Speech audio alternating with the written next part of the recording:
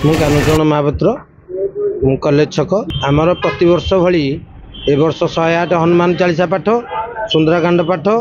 ठाकुर 16 पूजा एवं प्रसाद सेवन ये सब नीति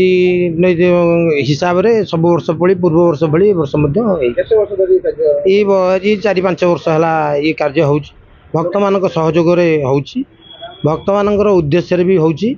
समाज मंगल विश्वर मंगल एठार हो क्या पर्सनाल होनी एठार हनुमान निज स्वेच्छा एठाक आछंती स्वेच्छा ये कार्यक्रम हो जिते जी ये कार्य करुचु ये सब हनुमान इच्छा हो आमर आधे कि ना। मो विष्णुचरण दास हाट साई अजुभाइना रूप से परिचित। ओम अंजना नंदन वीरम जानकी सुगनाशनम कपिश मख्यहंतारम वंदे लंका भयंकरम माता रामत पिता रामचंद्र स्वामी रामत सखा रामचंद्र सर्वेश्वर रामचंद्र दयालु नैव जानी जानी न जानी प्रभु रघुनाथ देव हनुमानगर अहिपिता कृपा को प्रार्थना करी ए हनुमान कॉलेज छक स्थित हनुमान मठ रे दीर्घ 5 वर्ष है यहीपरी 2 दिवसात्मक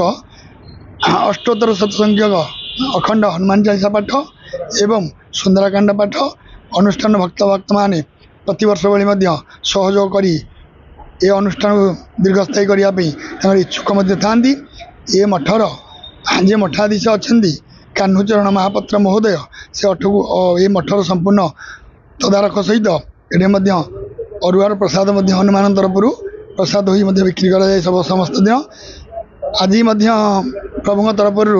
समस्त लोक मानू जपरी प्रभु नीतिकांति होता प्रतिवर्ष भाई प्रभु सका संध्या प्रातकालीन आरती पुष्पा आरती और प्रातकालीन भोग बाल धूप मध्याह्न धूप आरती पुष्पाजलि और प्रति वर्ष भाई ए वर्ष हनुमान एवं रामंकर सतनाम 108 नाम आहुति प्रदान सर्वदेवादी आहुति प्रदान आरती पुष्पाजलि करागले प्रसाद व्यवस्था होता अति सुंदर भाव में भक्त मैंने तार मनोवांछना सिद्धि करने जो मैंने मानसिक करती प्रभु दयार ए मानसिक पूर्ण हुए तेणु अति अभाग्य प्रभु एठी मन को आविर्भाव होते से आविर्भाव हवा हेतु कान्हू भाईना द्वारा से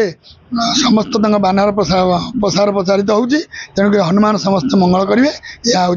एठार विषय वस्तु।